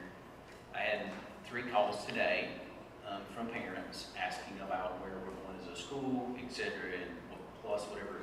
And at the parent ambassador meeting that they had the other day, they asked me to come and speak about the fundraising stuff. It's part of the line to them support peers.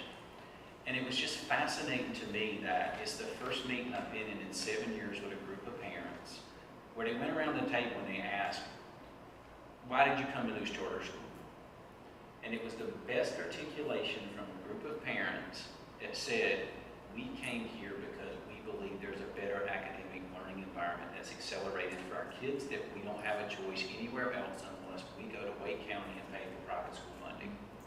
And there was one all said, well, we like small class sizes, or we like this class or that class, or we like knowing our teachers. But there was 20 parents that articulated that same theme about why they chose choice, and they point blank said, if you don't get it right, we will go pick another choice for a school.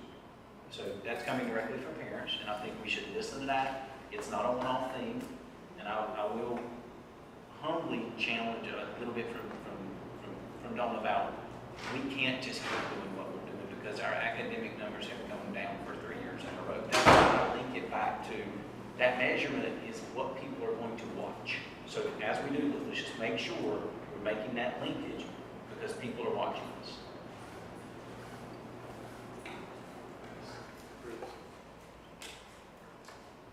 I'm the tiger, baby. He's ready to go. No, I just can't. Put it on the table.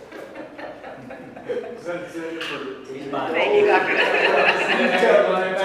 Order the pizza.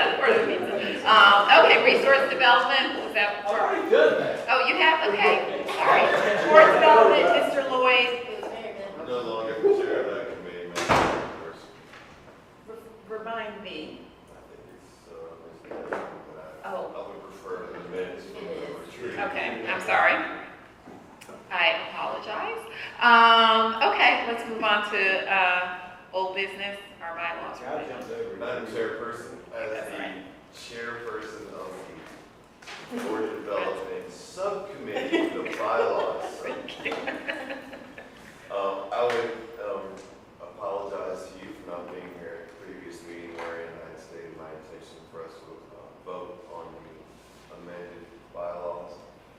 I'll remind everyone that they've had them in their possession for 60 days, well past what the open meeting law requires. There were well over 50 man and woman hours put into these revisions. And if there are any questions about them, we're happy to entertain them. However, if you have questions about the bylaws that do not relate to the revisions, I would refer those to the next revision of the bylaw.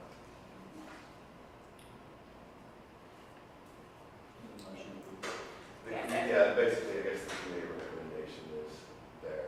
Make a motion to approve the bylaws as submitted, revision as submitted. Second. Any further discussion, questions? All in favor? Aye. Opposed? Motion passed. Thank you very much, Mr. Lloyd. I know it's been, it's always a lot doing bylaw revisions, so we appreciate all your time and Well, the energy. last part was for Rodney. He has questions about the bylaws, and I didn't want to hold up these revisions. You will next time. Okay, we are going to move quickly into new business, and we have a new contracted service proposal.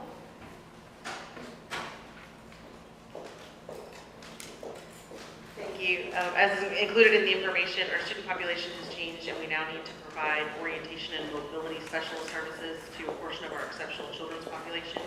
The vendor that we have here is, a piece is missing, and I do apologize, but the vendor has been identified by the State Department of Public Instruction as a qualified service provider in our area, and just for the record, there's not very many for one, and has given us very competitive rates compared to the other services that we contract out for our EC population. So we do request the approval of this contract.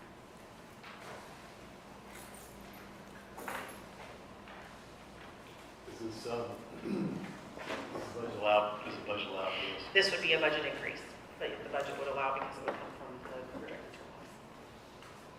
And it's quite possible that there could be some grant funding that would offset the cost, but we won't know for sure until probably October, November. Question.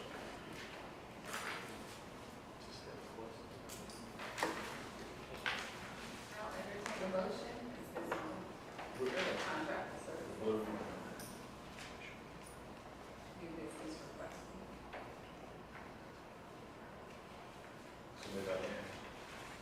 Yeah, top right, agenda item, new business number 1.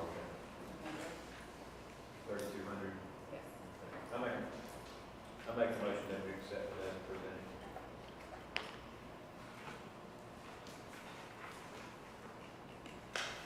And I do apologize, the attachment wasn't included, but the name of the company is Envision Education and Rehabilitation Services. Second. Any further discussion? All in favor? Aye. Opposed? Motion passed. And then this next one is the facilities technician. Yes, so new business item 2, I did consult with the facilities and finance committees on this item, and it's certainly open for discussion or even for deferral to a future meeting, but just wanted to let you know that with our new facilities maintenance technician in place, he's been doing some analytics, and we realized that while he is getting quite a bit done, and you can see there in the project description, 53% of his time has been dedicated to repairs and maintenance, 24% to miscellaneous work orders, 19% to managing our continuing vendor contracts, and the 4% to things like moving furniture and things like that to get prepared for the start of school. You'll see no preventative maintenance was listed in that list because there's just so much maintenance to do now that we have so many permanent facilities that the one area that we were hoping to gain some traction on was to be able to do preventative maintenance so that the work orders and things like that would diminish. So we did want to. Is this at the same level as the one you No. just hired? No, it would be a lower level. It would just be a technician who could be assigned the work orders. The existing facilities maintenance technician would essentially become a supervisor, but also a working supervisor. Not to reduce the workload, but to add on things that are not being done on campus. Where are you finding most of the problems? Everywhere. I mean, is it proportionally more in the modular units? Is it more in the?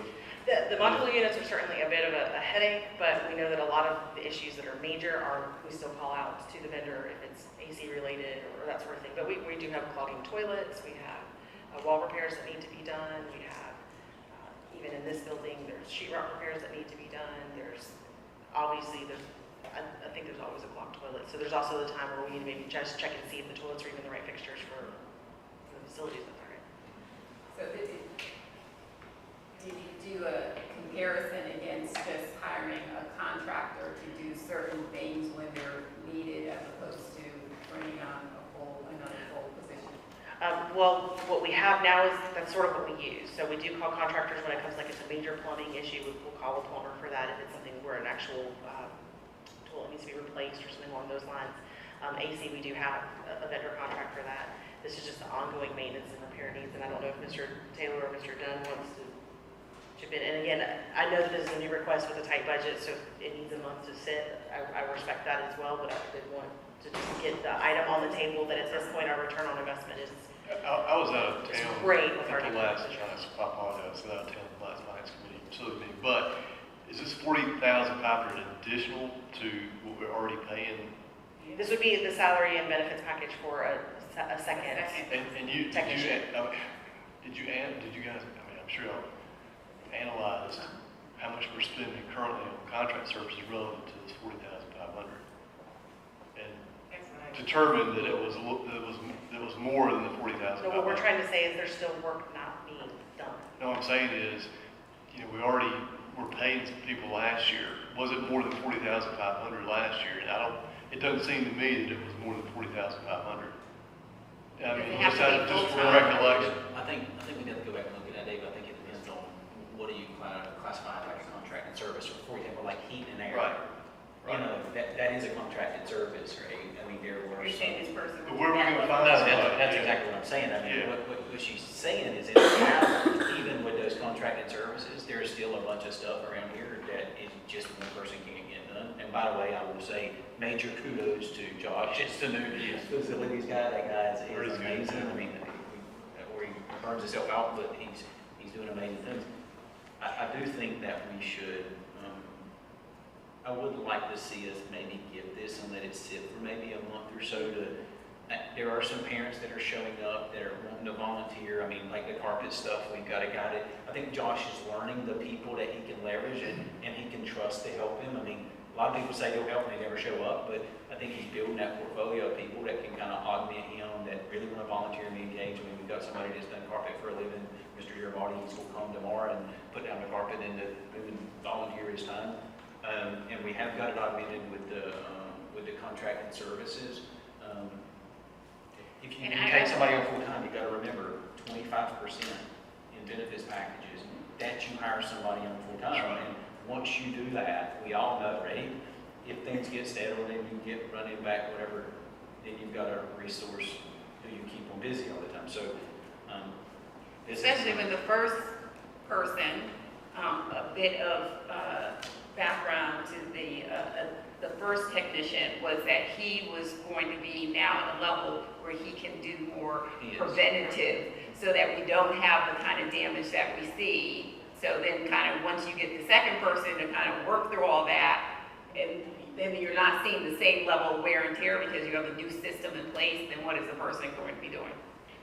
I would suggest we look at our final ADM numbers, table this for, I mean, I can't make a motion because I can't vote, but I would suggest that and see what our final ADMs are, get a better feel for the budget, and then bring it back next month. I think everybody, I agree, I think everybody knows that we have not done a very good job over the last 3 or 4 years of doing preventative maintenance, and I think we can save a lot of money long-term if we have somebody in place. I think it's a little bit too early, like Rodney said, to be bringing in. Now, if he needs help, I guess my suggestion is that there's some kind of a week-long project to partner with maybe to hire somebody from one of our temporary services to come in. I mean, I think we can. That's what they're doing now.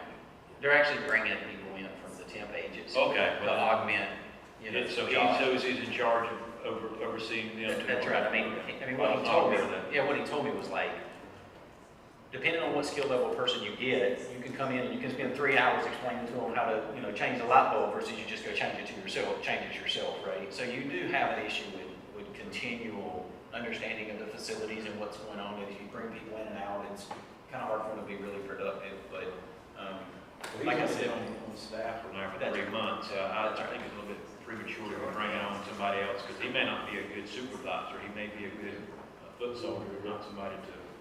And you really have to take time to assess, just because there's more work, that could also mean the one person doesn't have the capacity to handle what was the original job. And then the solution is not always to say, we have to hire more people. So, I mean, I don't know, he could be doing a fabulous job, but sometimes you have to just take a little bit of time to say, maybe either he's doing stuff he doesn't need to, or, and it's the start of school too. Yeah, Right? Everybody's it's like, always been hey, can you go move this desk? Can you do this stuff? Is that really what your facility supervisor does? No, but I'm telling you, he's doing carpool duty, right? I mean, and he's great at it, by the way. But, Sure is. But some of that is you all as the managers tasking people with stuff that they're supposed to be doing, so that they are not doing. So it's just because you have a body doesn't necessarily mean you take time away from whatever task he's supposed to do because you need a body in carpool, because that's not his job. So we are hiring temps to help this individual. Contract service. So what you're doing is you're hiring somebody and then they're coming in and then you're losing the expertise because they're temps and you're having to retrain. So Well, that's just more or less when you bring them in. I mean, they may know a trade. They may know sheetrock, right? yeah, So they could go do sheetrock, but anything else that you may need to be done, they may not be skilled, so you gotta send that person out and then bring another person back in. And then next week, if you got a problem with sheetrock and you've got a temp electrician guy on the staff, We've just got. So we've been going 3 months, so what's the run rate of how much we pay temps to come in and do this kind We of just thing? started, we just kind of started. with temp We've only services. used, I think, maybe 7 to 10 days worth of time. Yeah, we And just then we started. started back to college, so we lost him, so we're Okay. back to not having help. Well, I make a motion, we did make a motion to We take don't it have for to. this kind. Okay, if, under new business, this wasn't here, and it probably should have been under board development, but please note that you have a, board, letter of intent form that I need signed and returned. Did we just table that? We just tabled the facilities. There's actually another new business item that I have. Oh, Number 3, not on the agenda. Oh, okay, sorry. I was gonna, can you check yours? It was mine. Oh, Did you want to finish yours? Just, this is in your packet, I need this signed by everyone and returned to Susan for her to put in. And we did have a late entry, it's new business item number 3 that says not included in your original packet is its own standalone stapled packet. We've been looking to find a replacement for our psychological services vendor, our past psychological services contractor. Just realized our caseload has gotten too big to where they can't provide the services for us anymore, and so they gave us notice that they'd like for us to seek a replacement. And Dr. Silver and her team have done a lot of interviews and have identified the Cleveland Psychological Services as a recommended vendor to take on the psychological services for our East Department. There would be no budget impact because it was already been budgeted for. It's just approving the new vendor. Is this, I never thought of it. is this to replace, Ray Hales' daughter? What was that? She speaks in Speech.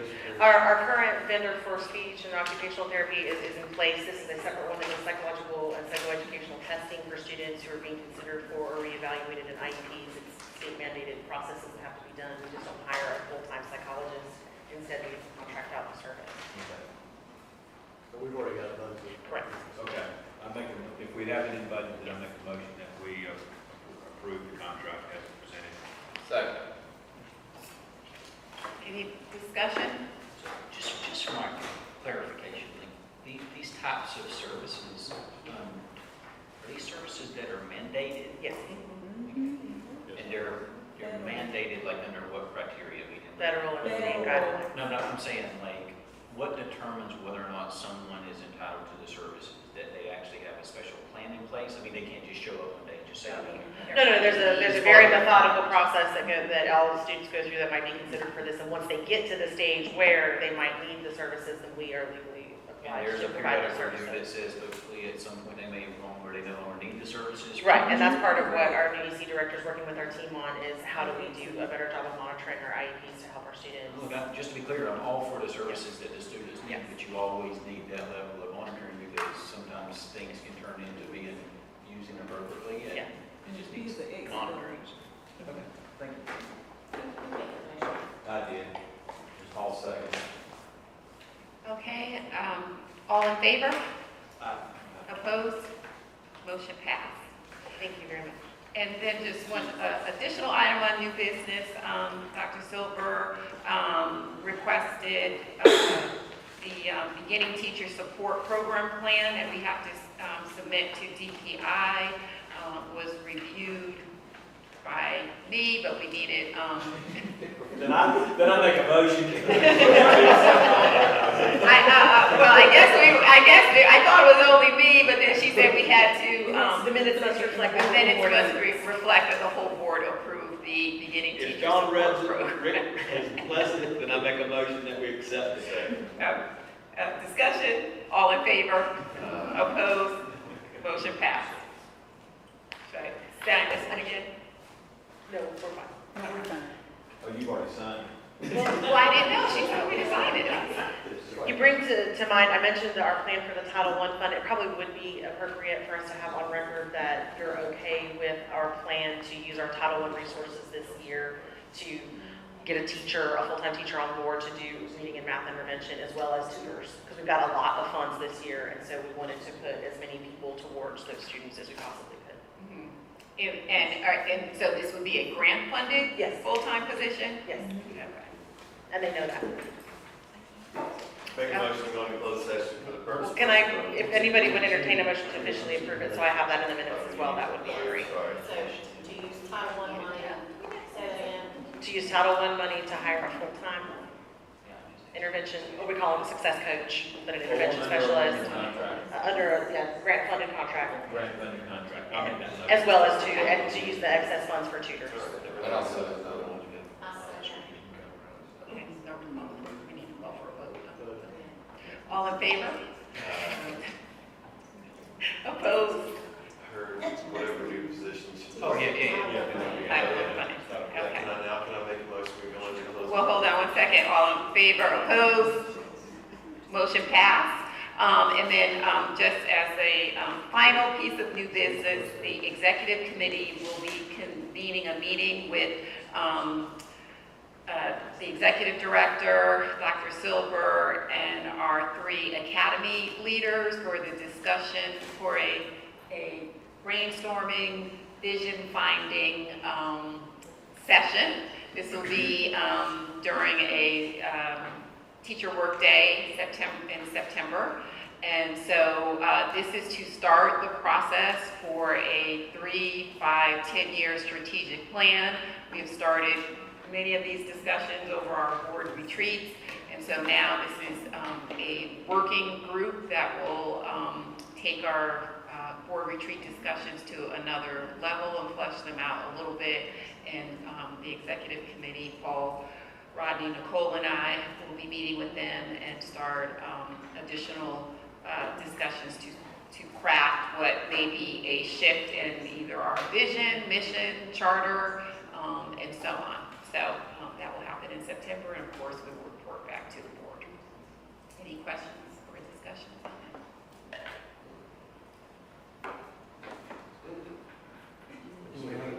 That is it for open session right now.